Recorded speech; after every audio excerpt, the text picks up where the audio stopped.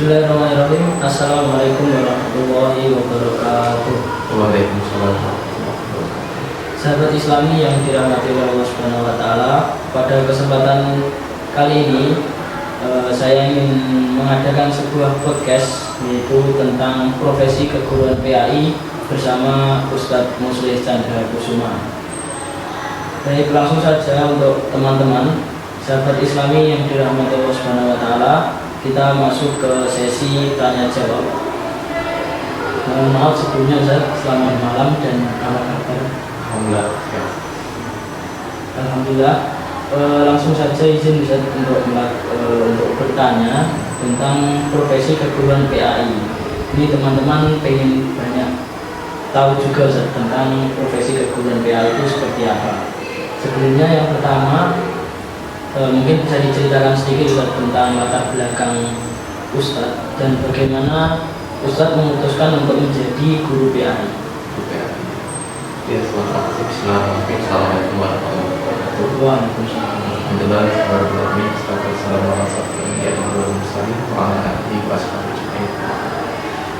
sebelumnya mungkin sedikit ceritanya, karena beberapa waktu yang lalu sebenarnya sudah diminta untuk jadi narasumber, jadi mungkin sedikit mengulang dan mudah-mudahan nanti juga ada sedikit beberapa yang berbeda dan itu memberikan manfaat untuk rekan-rekan semuanya. Nah, sebenarnya saya bukan dari keprofesian guru, jadi PAI. Dulu saya kuliah mengambil jurusan ekonomi syariah, ekonomi syariah. Begitu juga ketika keluar saya bekerja di lembaga keuangan syariah. Memang tidak lama, hanya sekitar 1,5 tahun karena dia ada mungkin bahasanya itu panggilan hati. Orang tua kami itu kan memang seorang pendidik, seorang guru, dan sejak kecil dia terbiasa di dunia yang tidak jauh dengan pendidikan. Nah, maka dari itu akhirnya saya merasa kok manfaatnya memang ya dunia yang cocok dengan saya sendiri, ya dunia pendidikan. Meskipun mungkin pada waktu itu sebenarnya secara mungkin yang mukafa'ah atau mungkin bahasanya gaji yang saya terima itu sudah cukup besar karena di atas UMR. Sedangkan guru kan ya sekitar ngobrol dengan beberapa rekan yang kebetulan jadi guru, pastinya ya seperti itu, apalagi guru sekolah. Tapi itu bukan menjadi suatu penghalang ya, karena ada suatu nilai yang lebih bagi saya sebagai seorang guru. Sehingga 1,5 tahun bekerja di lembaga keuangan saya itu, akhirnya saya memutuskan untuk keluar dan bahasa saya lebih ke mengabdikan diri di dunia pendidikan, mengajar di SMP Muhammadiyah yang ada di di kurang lebih 2014 sampai 2019. Selama itu saya aktivitas banyak di dunia pendidikan dan memang mengajar terkait masalah agama. Dan itu saya baru mungkin terkait keadministrasian guru agama itu saya baru tahu. Kalau sebelumnya kan belum tahu ya, harus menyiapkan RPP dan sebelumnya saya tidak mengenal seperti itu.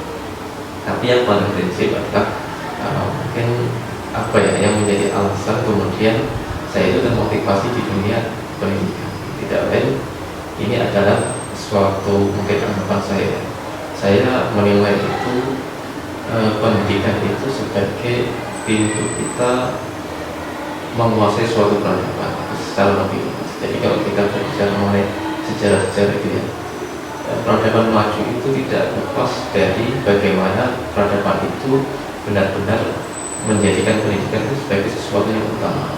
Kalau pendidikan yang bagus, nah peradabannya menjadi bagus. Dan kunci kalau pendidikan adalah pintunya. Nah, kunci untuk membuka pintu itu adalah seorang guru. Nah, maka dari itu menjadi guru itu merupakan suatu kemuliaan tersendiri. Karena kita di sini itu membangun generasi, apapun profesinya ya, entah itu polisi, tentara, atau mungkin profesi yang lain, itu kan lahirnya dari guru. Nah, maka dari itu peran guru itu sangat luar biasa. Di situ saya merasa dengan melihat berbagai tantangan sekarang ya, apalagi seorang guru itu dengan mungkin yang didapatkan seperti itu, tantangan yang berat. Nah, saya malah terpanggil dari situ. Kalau kemudian kita tidak menjadikan ini sebagai bahan perjuangan kita khususnya umat Islam. Bukan tidak mungkin orang nanti ke depan umat Islam itu mati kemunduran karena pendidikan yang kurang terurus secara baik dan juga maksud. Baik, Ustaz. Untuk selanjutnya, apakah ada seorang tokoh atau pengalaman tertentu yang menginspirasi Ustadz dalam perjalanan karir ini? Ya, kalau tokoh kan kita bicara mengenai tokoh guru itu ada banyak ya. Tapi saya tidak melihat itu. Saya melihat ke orang tua sendiri. Jadi di rumah itu bapak yang kebetulan seorang guru di OBMS ketika dicaruban itu waktu dicaruban itu ditugaskan di suatu SD negeri yang di pelosok. Jadi kalau boleh dikatakan perjalanan dari kota Caruban sendiri ke pelosok itu masih melewati hutan-hutan yang jalannya itu masih berbatuan.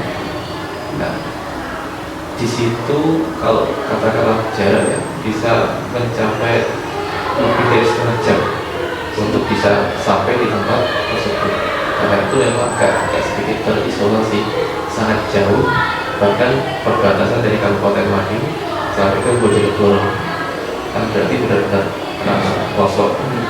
Dan memang di situ kondisinya kalau boleh dikatakan ya rata-rata selesai SD itu menikah.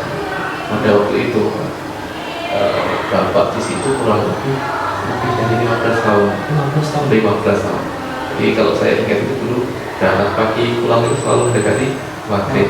Terkadang nginep di sana karena memang kalau sudah malam ya itu jalan tidak ada lampunya dan kediaman memang menginap di sana, dan di sana nampaknya seorang guru itu memang ada penghormatan masyarakat ke guru itu luar biasa. Dan di sana dibantu untuk kemudian tempat tinggal supaya kemudian membantu masyarakat. Karena kondisi yang seperti itu selesai SD nikah itu kan berarti memang benar-benar tidak ada orientasi untuk melakukan pendidikan.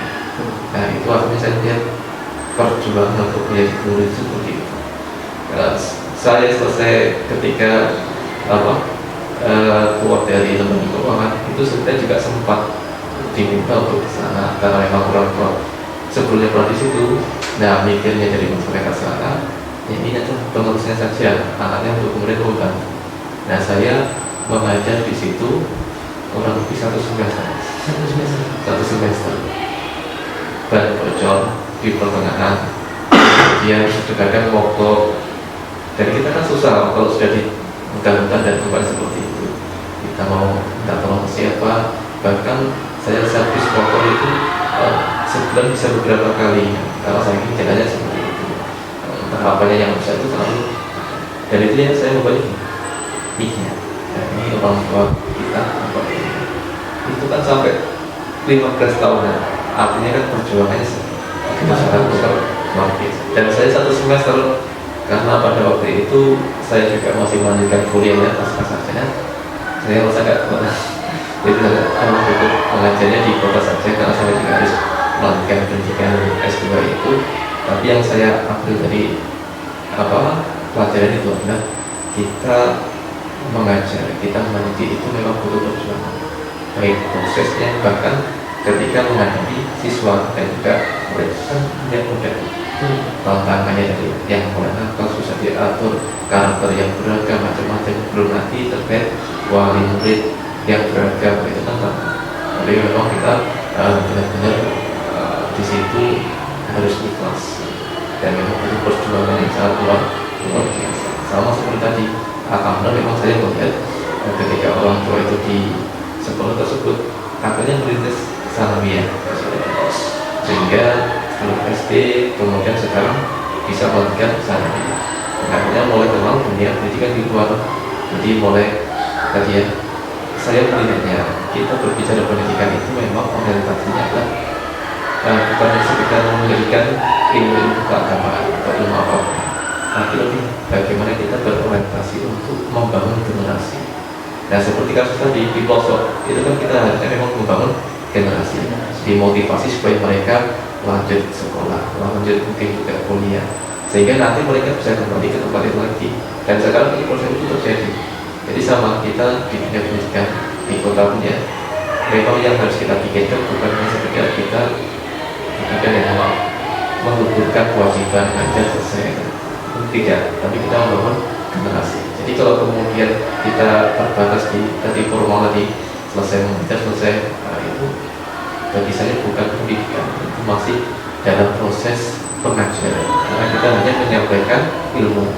Pendidikan itu bagi saya bukan hanya sekedar istilahnya kayak transfer of knowledge, bukan hanya sekedar transfer ilmu pengetahuan, tetapi adalah transfer of values. Jadi menanamkan, mentransfer nilai-nilai. Nah, di situ ada bagi saya arti penting sebuah pendidikan. Harus ada sesuatu yang ditanamkan kepada peserta di sini. Di pendidikan itu saya melihatnya bukan hanya sekedar mengajar, tapi benar-benar harus ada yang ditanamkan. Mereka jujur, mereka santun dan berbicara dan sebagainya. Nah, itu adalah bagian yang bisa ditanamkan dalam pendidikan. Dan itu prosesnya pasti sangat-sangat lama. Berarti untuk tokoh yang sangat menginspirasi Ustaz itu adalah ayah sendiri. Iya, orang tua sendiri. Untuk tantangan terbesar yang Ustaz rasakan dalam menghadapi sebagai profesi guru, untuk tantangan terbesarnya itu apa sih? Nah, ketika saya mengajar waktu itu ya, kita itu pertama tadi dengan karakter yang berbeda dan macam-macam. Itu saya melihat tantangan yang besar itu sebenarnya adalah masalah pendidikan itu terkadang hanya dipahami sebagai sesuatu yang sempit. Kenapa sempit? Karena ya dianggap urusan pendidikan itu urusan sekolah formal. Padahal saya melihat bukan seperti itu. Pendidikan itu bagi saya ada tiga aspeknya. Yang pertama adalah pendidikan yang formal, memang diajarkan di sekolah. Kemudian yang kedua adalah pendidikan yang informal, itu diajarkan di keluarga. Dan non formal itu di lingkungan.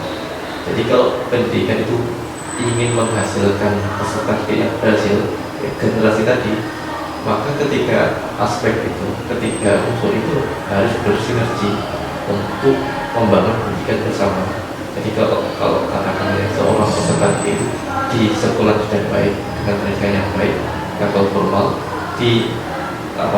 di rumahnya orang tua juga memberikan contoh yang baik, bisa menjadi teladan untuk anaknya, juga menanamkan nilai-nilai tadi, dan lingkungannya juga lingkungan yang baik. Nah, insya Allah nanti peserta didik ini, murid ini, hasilnya juga akan baik.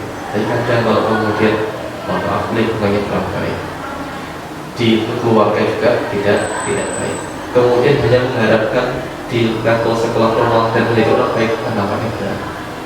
Sehingga pendidikan itu harus berkomunikasi antara ketiga hal tadi, harus bersinergi antara lingkungan, keluarga, dan juga sekolah. Kalau bisa mensinergikan itu, insya Allah hasil dari pendidikan itu akan menjadi jauh lebih baik daripada mungkin yang sekarang insya Allah pola seperti itu sudah banyak diterapkan. Yang lebih tepat ketika hal tadi itu bisa disatukan, andai kita itu berada di lingkungan pondok pesantren memang. Pondok pesantren kan lingkungannya ya di situ, orang tuanya ya ustaz-ustaznya itu, dan gurunya sekolah formal juga dilaksanakan di situ. Sehingga dengan seperti itu saya rasa memang sekolah ke depan kalau ingin berhasil itu memang harus menggabungkan antara ketiga hal itu, dan konsepnya akan mudah terrealisasi kalau kemudian yang dibangun adalah pendidikan bersama. Untuk tantangan terbesarnya berarti untuk tiga aspek tadi. Ya, jadi memang harus ada kesadaran bersama antara lingkungan, keluarga, dan guru itu sendiri. Lalu untuk pesan Ustaz sendiri untuk calon-calon guru PAI, calon-calon guru PAI ya. Pesannya Ustaz.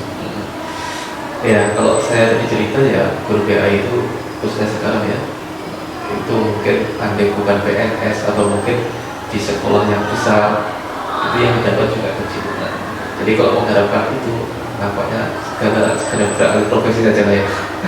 Di tempat yang lain lebih banyak nanti yang bisa dia jalankan terkait materi.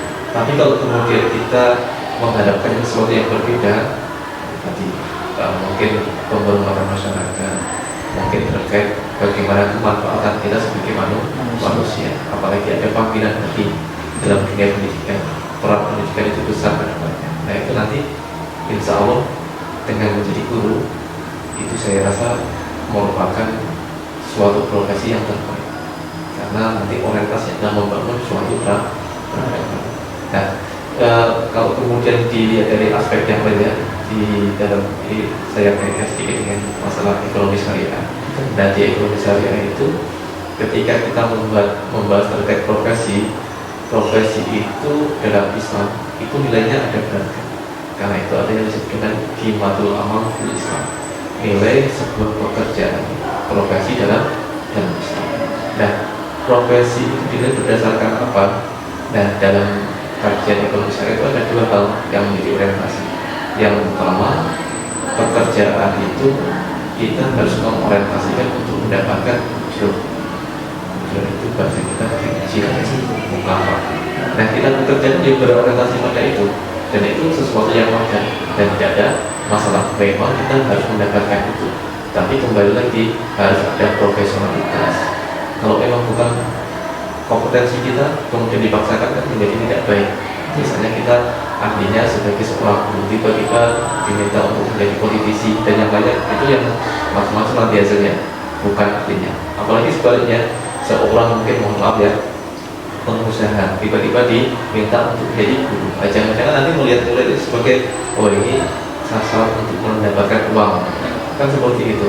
Maka dari itu menjadi guru memang nanti orientasinya juga ada ujung itu, sehingga pertimbangan itu bukan suatu masalah, tapi memang itu bukan yang utama. Nah, dan yang utama itu adalah yang kedua, yakni adalah orientasi ujur.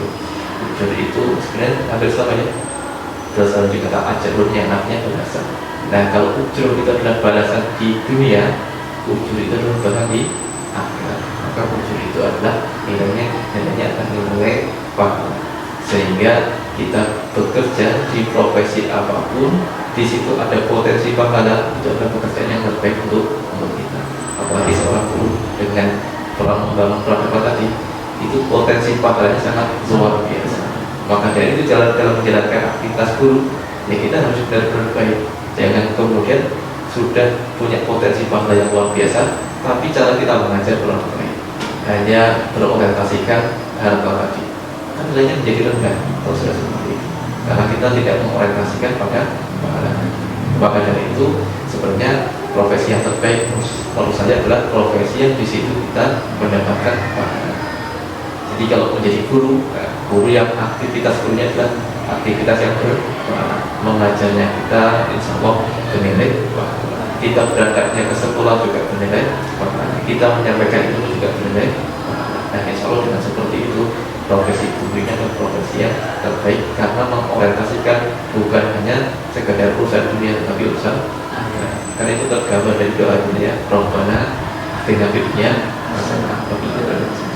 Jadi memang dengan profesi guru kita mendapatkan keduanya sekaligus di dunia dan juga di akhirat.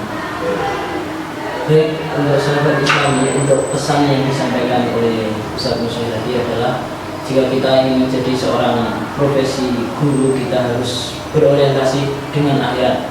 Jangan sampai kita hanya berorientasi di dunia saja. Baik, untuk teman-teman, mungkin untuk perbincangan kita bersama Ustaz Musa Chandra Kusuma mungkin sudah cukup. Dan untuk Ustaz Musa Chandra Kusuma, saya mengucapkan terima kasih yang sebesar-besarnya. Semoga pertemuan ini, ilmu-ilmu yang panjenengan sampaikan bisa bermanfaat, barokah, dan semoga dicatat menjadi amal soleh oleh Allah Subhanahu wa Ta'ala. Baik teman-teman, mungkin cukup itu dari saya. Ada kurang lebihnya mohon maaf. Terima kasih, sampai jumpa. Wassalamualaikum warahmatullahi wabarakatuh. Waalaikumsalam.